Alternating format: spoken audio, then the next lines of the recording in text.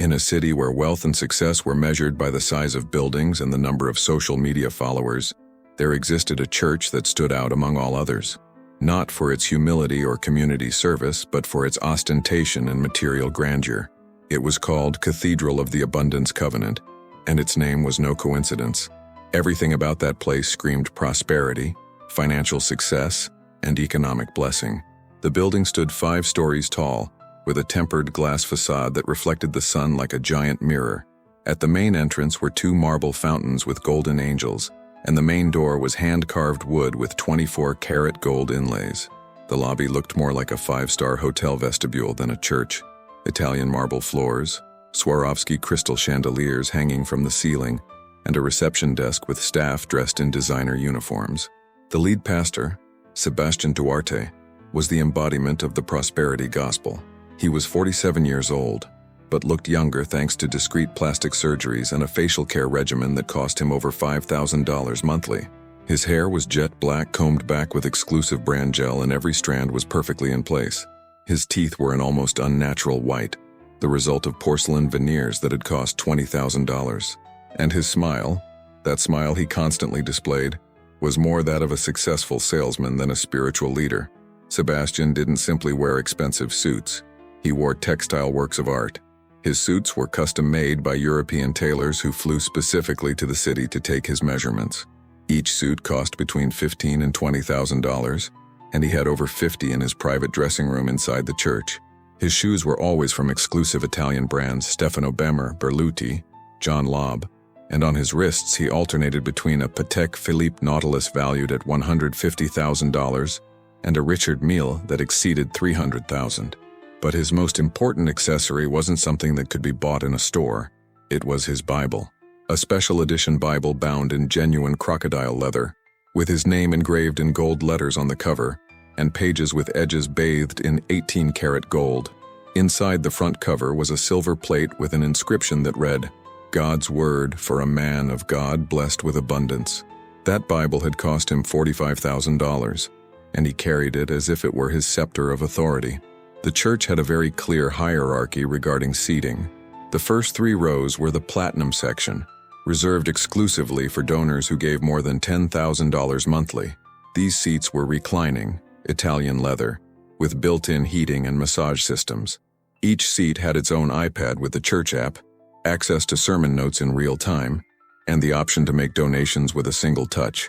The next 5 rows were the gold section, for those who gave between $5,000 and $10,000 monthly, comfortable seats of high-quality synthetic leather, with tablet holders and generous space. Then came the silver section, rows 6 through 15, for regular members who gave between $1,000 and $5,000 monthly, normal but comfortable seats. And finally, from row 16 to 30 was the bronze section, for visitors and members who gave less than $1,000 or who didn't give regularly. These seats were hard plastic without cushioning, cramped and uncomfortable.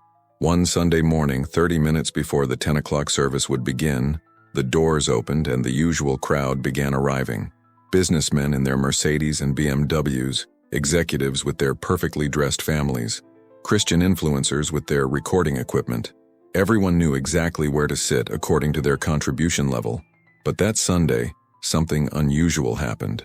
Among all that crowd of well-dressed and prosperous people, a man entered who seemed to have arrived at the wrong place. His name was Robert. He was 53 years old, but hard work and life's difficulties made him look 70. His clothing consisted of khaki work pants stained with grease and paint, a flannel plaid shirt worn at the elbows, and an old vest that once was navy blue but now was a faded gray tone. His work boots were so worn that the sole had separated in several places and he had glued them with duct tape. His face was weathered by years of working under the sun, with deep wrinkles around his eyes and marked lines on his forehead. Robert worked as a mechanic at a small shop on the other side of town. He didn't earn much, barely enough to pay rent on his small apartment and help his elderly mother who lived with him.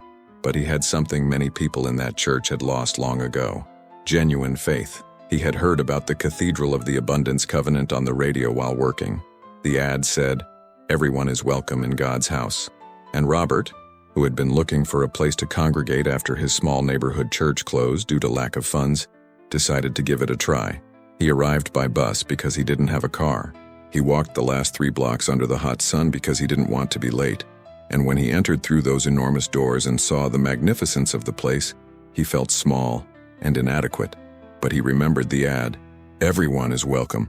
Not knowing the unwritten rules about seating sections, Robert simply looked for a place to sit. The back rows were beginning to fill, and he thought that if he arrived early, he could sit closer to the front to hear better. In his old small church, everyone sat wherever they wanted. There were no hierarchies or divisions. So with humility, but with sincere desire to worship, Robert walked down the central aisle and sat in the second row, in the platinum section, without having any idea he had just violated one of the most sacred rules of that church. He settled into the leather seat, placed his old cloth backpack on the floor next to his feet, and took out his Bible. It was an old Bible, with a worn cover, yellowed pages folded at the corners, with underlines and handwritten notes in the margins. He had inherited it from his father, who in turn had inherited it from his grandfather. It was his most valuable possession. Robert closed his eyes and began praying silently, thanking God for allowing him to be there, asking him to help him be a better person, praying for his sick mother.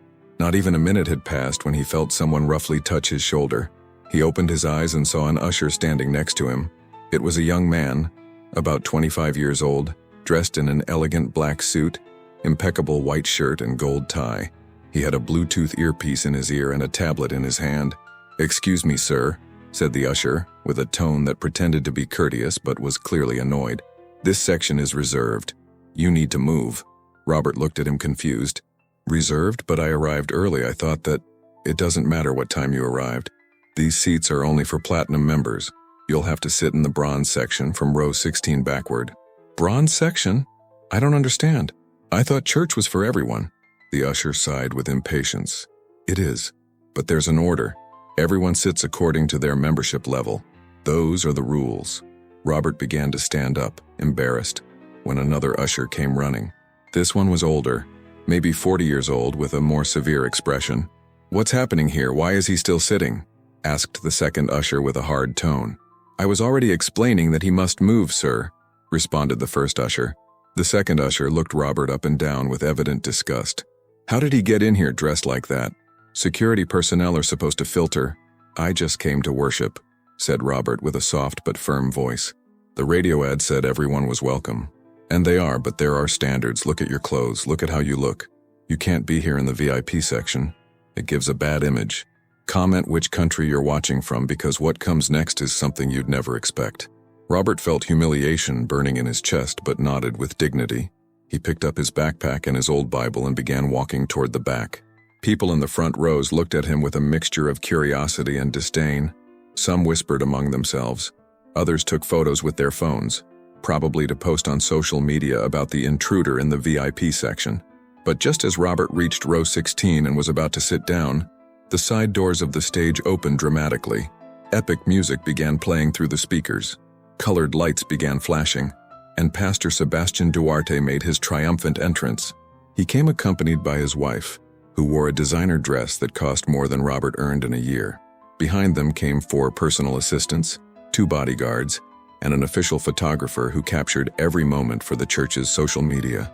The pastor walked down the central aisle greeting people like a celebrity, giving handshakes to platinum members, posing for photos, smiling with that perfect and calculated smile. In his right hand, he carried his famous $45,000 Bible, holding it high as if it were a trophy. When he was about to go up on stage, something caught his attention. In row 16, standing out like a stain among all the well-dressed people, was Robert with his dirty work clothes and humble appearance. The pastor stopped.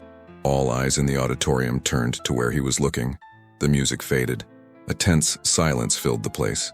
Sebastian slowly approached where Robert was. His $2,000 Italian shoes echoed on the marble floor with each step. When he reached Robert's level, he looked him up and down with an expression that mixed surprise and disgust. "Who are you?"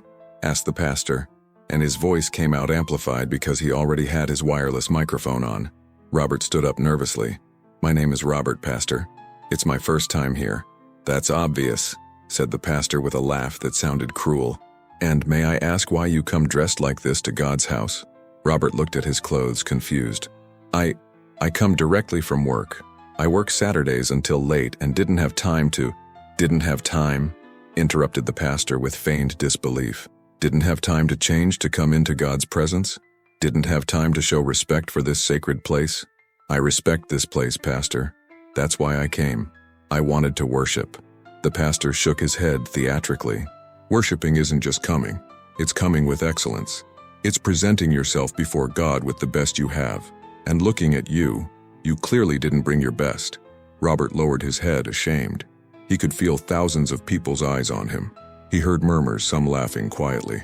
And besides, continued the pastor, my ushers informed me you tried to sit in the platinum section. Is that true? I didn't know there were sections.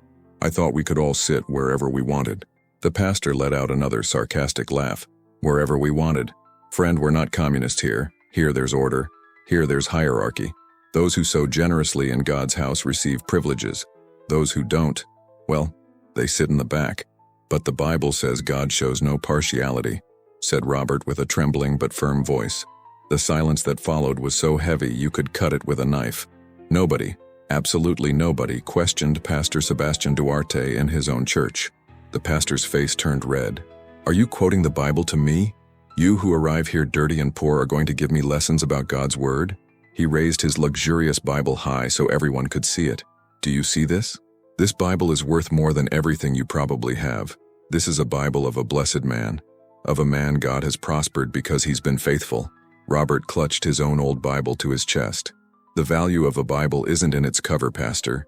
It's in what it says inside and in how we live it. The crowd gasped. Some applauded timidly. Others looked horrified. The pastor was furious now. You know what? I'm tired of this. Poor people don't sit here. People like you have no place in this congregation. You're expelled. He signaled the security guards. Get him out. And make sure he doesn't come back in. Two large guards began approaching Robert. He raised his hands in a sign that he wasn't going to resist. It's not necessary. I'll leave on my own. He began walking toward the exit with his head held high, maintaining his dignity despite the public humiliation. The crowd parted from him as if he had a contagious disease. But then, something unexpected happened. Pastor Sebastian, in his arrogance and rage, had raised his luxurious Bible too high and with too much force. And the Bible, which wasn't properly closed, opened. And from between its golden pages, things began to fall. First fell a white envelope. Then another, and one more. The envelopes fell to the marble floor, and some opened with the impact. And from those envelopes came wads of bills, $100 bills, many bills. The music stopped completely. Everyone looked at the bills scattered on the floor. There were thousands of dollars there. But that wasn't all. Something else also fell from the Bible, a small black notebook. One of the pastor's assistants tried to pick it up quickly, but Robert, who was right there, picked it up first. What is this? Asked Robert, opening the notebook. The pastor turned pale. Give that back to me. Now. It's private. But Robert was already reading, and what he saw left him frozen. It was a record, a detailed record of all the offerings and tithes people gave, with notes beside them. Notes like Martinez family, $15,000 monthly, pressure them to give more for the new building, or Widow Torres, $500 monthly, she's dying, probably will leave inheritance, get closer to her. Robert turned the pages with growing horror. It was a catalog of manipulation, of spiritual extortion, of people being used and squeezed for money. This is horrible, said Robert with a trembling voice. Guards, take that notebook from him, shouted the pastor, losing all composure. But it was too late. Several congregation members had already approached and were seeing the notebook over Robert's shoulder, and what they saw horrified them. My name is here, said a woman with tears in her eyes. It says I should be emotionally pressured to give more because my husband died and I have life insurance. And here's my company, said a businessman. It says I should be subtly threatened that God will curse my business if I don't give 20% of my profits.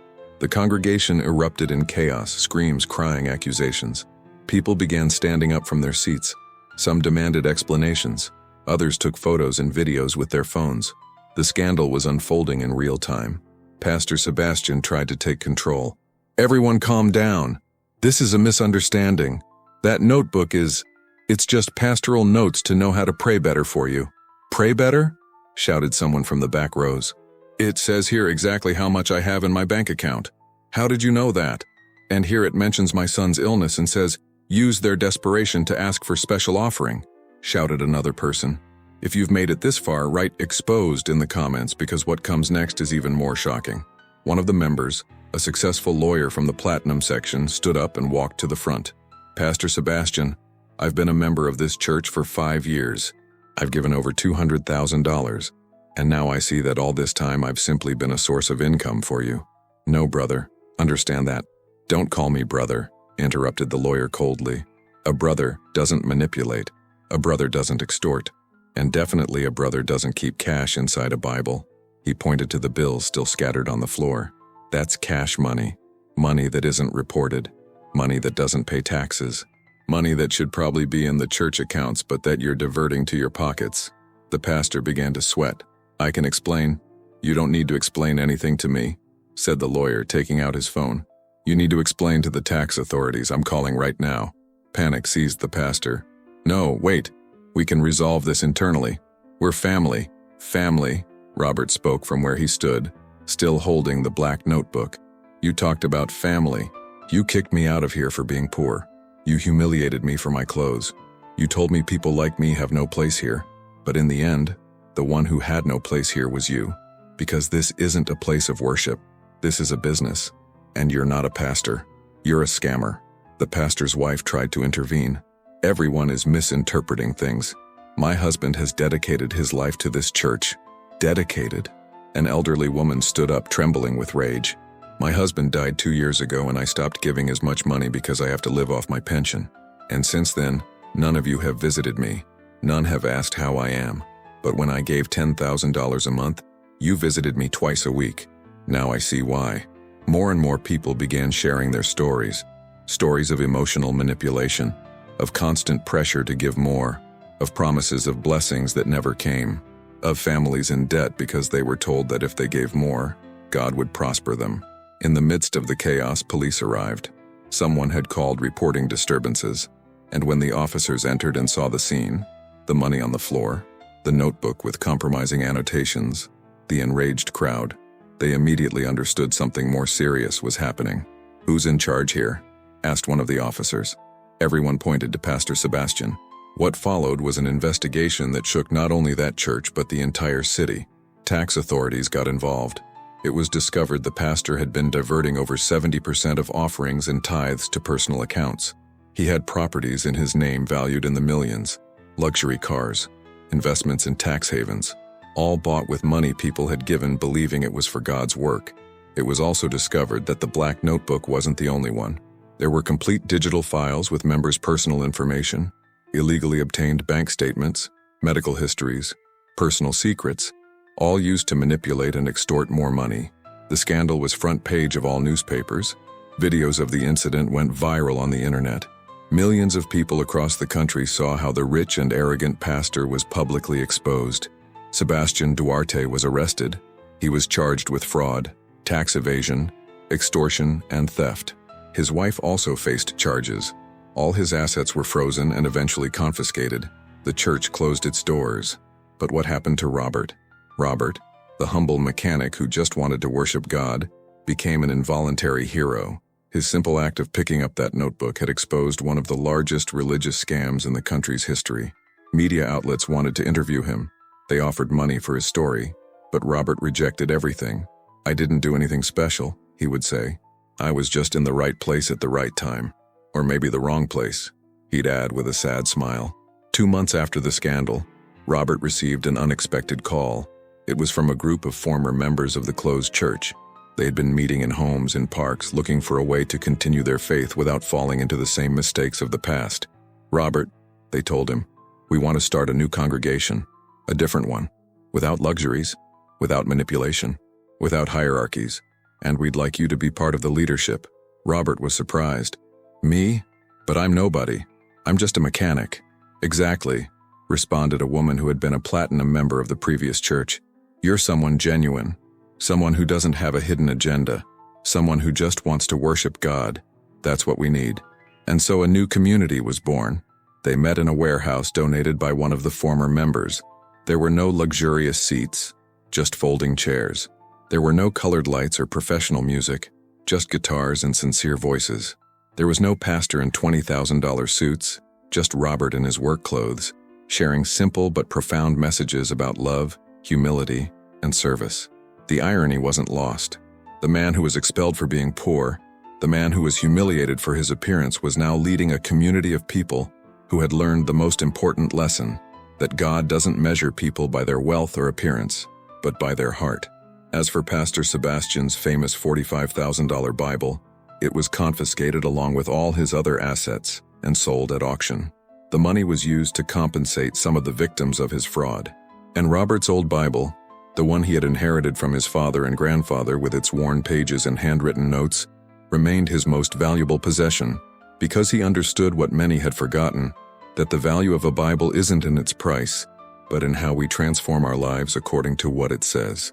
Subscribe to the channel if this story touched your heart, because there are more stories like this you need to hear. 1 year after the scandal, Robert was at the warehouse that now served as his church, preparing for Sunday service. The congregation had grown to over 300 people. They were people from all social strata, rich and poor, professionals and workers, but all united by the same desire to worship without pretense. A woman approached him before the service. She was elegant, well-dressed, but with a humble expression on her face.